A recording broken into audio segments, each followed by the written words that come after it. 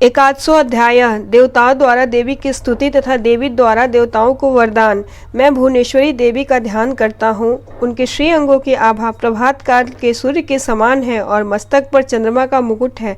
वे उभरे हुए स्तनों और 3 नेत्रों से युक्त हैं। उनके मुख पर मुस्कान की छटा छाई रहती है और हाथों में वरद अंकुश पाश एवं अभय मुद्रा शोभा पाते हैं। ऋषि कहते हैं, देवी के द्वारा महादैत्य शुंभ के मारे जाने पर इंद्र आदि देवता अग्नि को आगे करके उन कात्यायनी देवी की स्तुति करने लगे। उस समय अभीष्ट की प्राप्ति होने से उनके मुख कमल दमक उठे थे और उनके प्रकाश से दिशाएं भी जगमगा उठी थी। देवता बोले, शरणागत की पीड़ा दूर करने वाली देवी हम पर प्रसन्न हो। संपूर्ण जगत की माता प्रसन्न हो। विश्वेश्वरी, इस विश्व की रक्षा करो। देवी तुम ही चराचर जगत की अधीश्वरी हो। तुम इस जगत का एकमात्र आधार हो, क्योंकि पृथ्वी रूप में तुम्हारी ही स्थिति है। देवी तुम्हारा पराक्रम अलंघनीय है।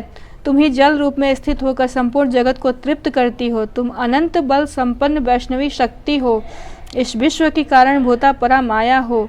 देवी तुमने इस समस्त जगत को मोहित कर रखा है। तुम ही प्रसन्न होने पर इस पृथ्वी पर मोक्ष की प्राप्ति कराती हो। देवी संपूर्ण विद्याएं तुम्हारे ही भिन्न भिन्न स्वरूप हैं। जगत में जितनी स्त्रियां हैं वे सब तुम्हारी ही मूर्तियां हैं। जगदम्ब, एकमात्र तुमने ही इस विश्व को व्याप्त कर रखा है। तुम्हारी स्तुति क्या हो सकती है। तुम तो स्तवन करने योग्य पदार्थों से परे एवं परावाड़ी हो। जब तुम सर्वस्वरूपा देवी स्वर्ग तथा मोक्ष प्रदान करने वाली हो, तब इसी रूप में तुम्हारी स्तुति हो गई। तुम्हारी स्तुति के लिए इससे अच्छी उक्तियाँ और क्या हो सकती हैं। बुद्धि रूप से लोगों के हृदय में विराजमान रहने वाली तथा स्वर्ग एवं मोक्ष प्रदान करने वाली नारायणी देवी तुम्हें नमस्कार है। कला, काष्ठा आदि के रूप से क्रमशः परिणाम अवस्था परिवर्तन की ओर ले जाने वाली तथा विश्व का उपसंहार करने में समर्थ नारायणी तुम्हें नमस्कार है। नारायणी तुम सब प्रकार का मंगल प्रदान करने वाली मंगलमयी हो। कल्याणदायिनी शिवा हो। सब पुरुषार्थों को सिद्ध करने वाली शरणागत वत्सल 3 नेत्रों वाली ओम गौरी हो। तुम्हें नमस्कार है। तुम सृष्टि, पालन और संहार की शक्तिभूता सनातनी देवी, गुणों का आधार तथा सर्वगुणमयी हो। नारायणी तुम्हें नमस्कार है। शरण में आए हुए दिनों एवं पीड़ितों की रक्षा में संलग्न रहने वाली तथा सबकी पीड़ा दूर करने वाली नारायणी देवी तुम्हें नमस्कार है। नारायणी तुम ब्रह्माणी का रूप धारण करके हंसों से जुते हुए विमान पर बैठती तथा कुश मिश्रित जल से जल छिड़कती रहती हो। तुम्हें नमस्कार है।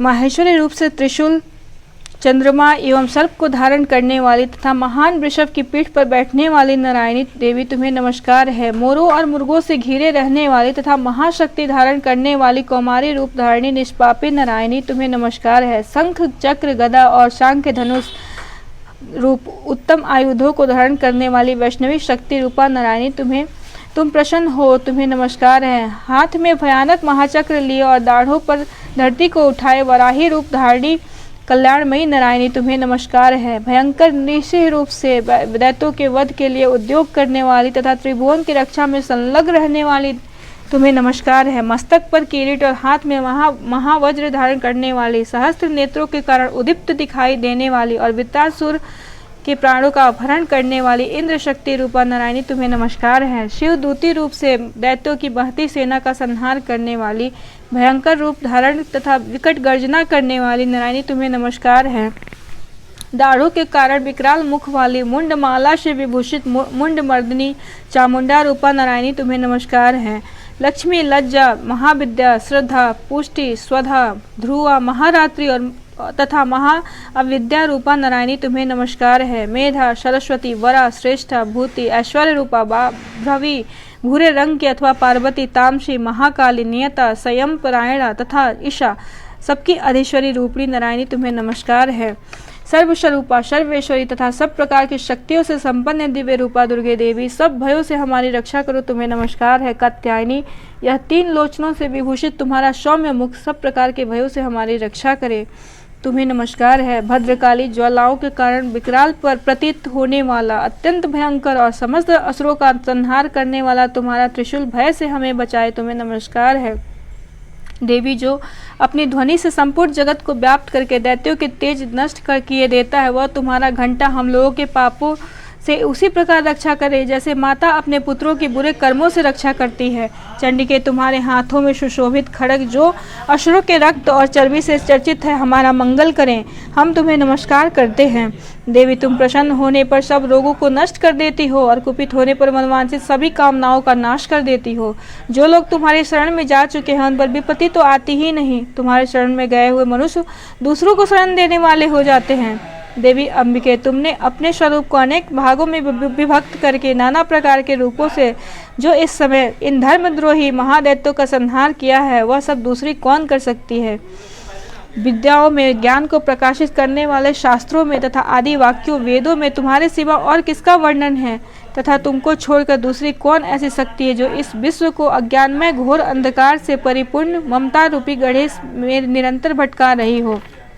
जहाँ राक्षस, जहाँ भयंकर विष वाले सर्प, जहाँ शत्रु, जहाँ लुटेरों की सेना और जहाँ दावानल हो, वहाँ तथा समुद्र के बीच में भी तुम साथ रहकर विश्व की रक्षा करती हो। विश्वेश्वरी, तुम विश्व का पालन करती हो, विश्वरूपा हो, इसलिए संपूर्ण विश्व को धारण करती हो। तुम भगवान विश्वनाथ की भी वंदनीय हो। जो लोग भक्ति पूर्वक तुम्हारे सामने मस्तक झुकाते हैं वे संपूर्ण विश्व को आश्रय देने वाले होते हैं। देवी, प्रसन्न हो।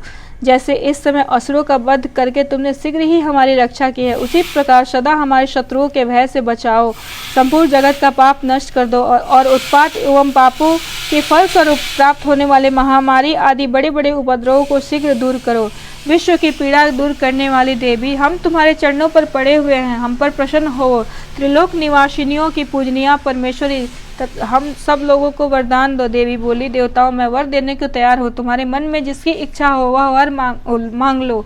संसार के लिए उस उपकारक वर को मैं अवश्य दूंगी। देवता बोले, सर्वेश्वरी, तुम इसी प्रकार तीनों लोगों की समस्त बाधाओं को शांत करो और हमारे शत्रुओं का नाश करती रहो। देवी बोली, देवताओं, वैवस्वत मनवंतर के 28वें युग में शुंभ और निशुंभ नाम के 2 अन्य महादैत्य उत्पन्न होंगे। तब मैं नंदगोप के घर में उनकी पत्नी यशोदा के गर्भ से अवतीर्ण हो विंध्याचल में जाकर रहूंगी और उक्त दोनों असुरों का नाश करूंगी।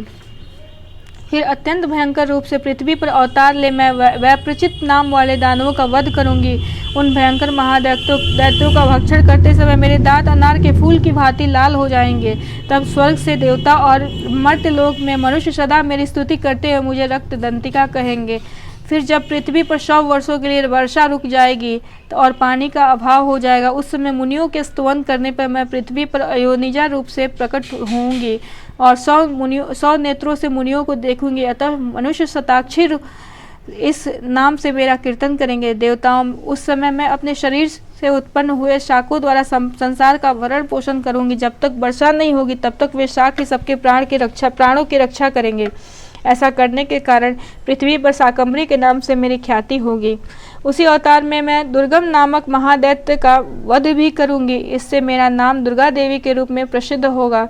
फिर मैं जब भीम रूप धारण करके मुनियों की रक्षा के लिए हिमालय पर रहने वाले राक्षसों का वध करूंगी, उस समय सब मुनि भक्ति से नतमस्तक होकर मेरी स्तुति करेंगे। तब मेरा नाम भीमा देवी के रूप में विख्यात होगा। जब अरुण नामक दैत्य 3 लोकों में भारी उपद्रव मचाएगा, तब मैं तीनों लोकों का हित करने के लिए 6 पैरों वाले असंख्य भ्रमरों का रूप धारण करके उस महादैत्य का वध करूंगी।